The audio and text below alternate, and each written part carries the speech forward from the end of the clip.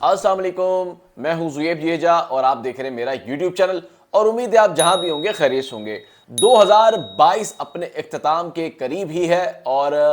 جو 2022 یعنی کہ جو 2 کا ہندسہ ہے وہ تبدیل ہو کر 3 ہونے والا ہے۔ اس سے پہلے کہ سندھ ہائی کورٹ میں سب سے زیادہ گونج کس مقدمے کی رہی 2022 میں، اس پہ بات کر لیتے ہیں اور اس کے بعد پہلا، دوسرا، تیسرا، چوتھا نمبر کن کن مقدمات کا رہا جو سب سے زیادہ عوام کی توجہ کا مرکز بھی رہا اور بہت زیادہ اس کیس کو ہمدردی بھی ملی، وہ ہے زہرہ کاظمی کا کیس، جو کہ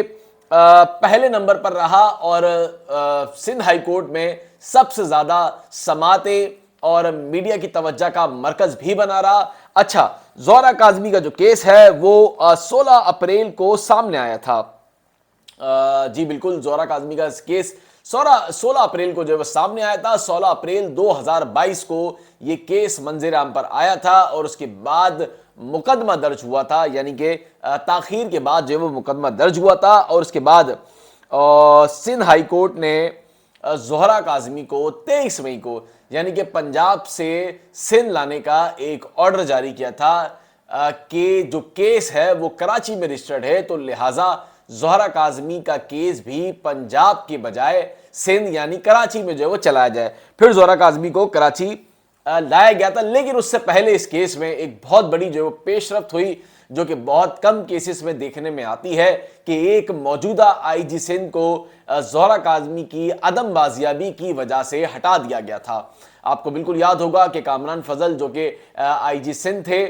انہیں عدالت نے جو ہے وہ طلب کیا تھا اور انہیں کہا تھا کہ انہیں ایک الٹیمیٹم دیا جاتا ہے کہ اسے اس وقت تک جو ہے وہ بازیاب کروا لے، لیکن عدالت کو آئی جی سندھ جو کہ سابقہ آئی جی سندھ ہے وہ مطمئن نہیں کر سکے اور عدالت نے انہیں ہٹا کر ایک اہل جو ہے وہ آئی جی سندھ کو لگانے کا جو ہے وہ حکم نامہ جاری کیا تھا اور اس کے بعد پھر غلام نبی میمن کو جو ہے وہ آئی جی سندھ جو ہے وہ تعینات کیا گیا تھا اور اب بھی وہ آئی جی سندھ کے طور پر اپنے منصب جو ہے وہ کی فرائض انجام دہی جو ہے وہ دے رہے ہیں۔ ساتھ ہی اس کے بعد جو دوسرا جو نمبر تھا کیس کا وہ تھا پروین رحمان قتل کیس۔ اگر آپ کو یاد ہو، یہ بھی اپنے وقت کا بہت بڑا کیس ہے جو کہ 2022 میں ان کے جو ملزمان تھے جو کہ گرفتار تھے، ان تمام ملزمان کو عدم شواہد اور ثبوتوں کی بنا پر عدالت نے یعنی کہ سندھ ہائی کورٹ نے رہا کر دیا تھا۔ اس کے بعد ایک حریم شاہ کا کیس سامنے آیا، مشہور ٹک ٹاکر ہیں حریم شاہ، ان کا کیس بھی جو ہے وہ سامنے آیا اور ان کی ایک متنازع ویڈیو سامنے آئی تھی، اگر آپ کو یاد ہو، جس ڈالرز کے معاملے کو لے کر جس پر ایف آئی اے انہیں گرفتار کرنا چاہتی تھی کہ جیسے ہی بیرون ملک سے کراچی پہنچتی، لیکن اس سے قبل ہی حریم شاہ نے عدالت سے رجوع کر لیا تھا اور عدالت نے ایف آئی اے کو منع کیا تھا، روک دیا تھا کہ ان کے حریم شاہ کو گرفتار نہیں کیا جائے۔ پھر حریم شاہ نے آ کر اپنا کیس جو ہے وہ جوائن کر لیا تھا، یعنی کہ کیس میں شامل ہو گئی تھی۔ اس کے بعد ایک اور بہت بڑا کیس جو 9 جون کو معروف مذہبی اسکالر ہیں ان کا کیس جو ہے وہ سامنے آیا تھا، جن کی لاش گھر میں مردہ حالت میں جو پائی گئی تھی۔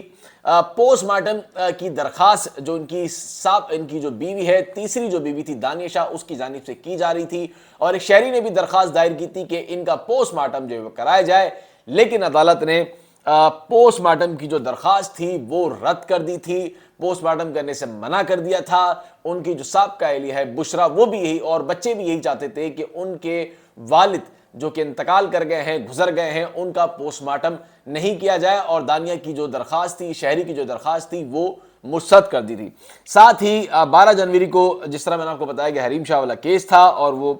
اس کے بعد جو ہے وہ 4 اکتوبر کو عدالت نے جو وہ اس گرفتاری سے جو ہے وہ روک دیا تھا، لیکن سب سے زیادہ جو زیر بحث اس وقت بھی جو کیس ہے جو 2022 چونکہ اپنے اختتام کو پہنچنے والا ہے، وہ ہے زہرہ کاظمی کا کیس، جس میں والدین کو اب تک انصاف نہیں ملا ہے، جبکہ عامر لیاقت کا جو کیس ہے وہ عامر لیاقت اب دنیا میں نہیں رہے ہیں، پروین رحمان بھی اس دنیا میں نہیں رہی ہے، لیکن ان کے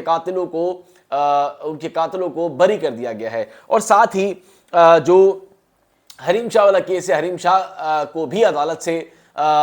جو ہے وہ ریلیف جو ہے وہ مل گیا تھا، جس کے بعد انہوں نے کیس کو جوائن کر لیا تھا، لیکن ایک معاملہ جو اب تک اٹکا ہوا ہے وہ ہے زہرہ کاظمی کے کیس کا، جو کہ اب تک اپنے منطقی انجام کو نہیں پہنچ پایا ہے، اب 2022 اختتام پذیر کو ہے اور 2023 میں ہم داخل ہونے والے ہیں۔ اب دیکھنا یہ ہے کہ 2022 کا کیس کیا 2023 کے شروعات میں اختتام ہوتا ہے یا پھر یہ بھی اسی طرح 2023 جو ہے وہ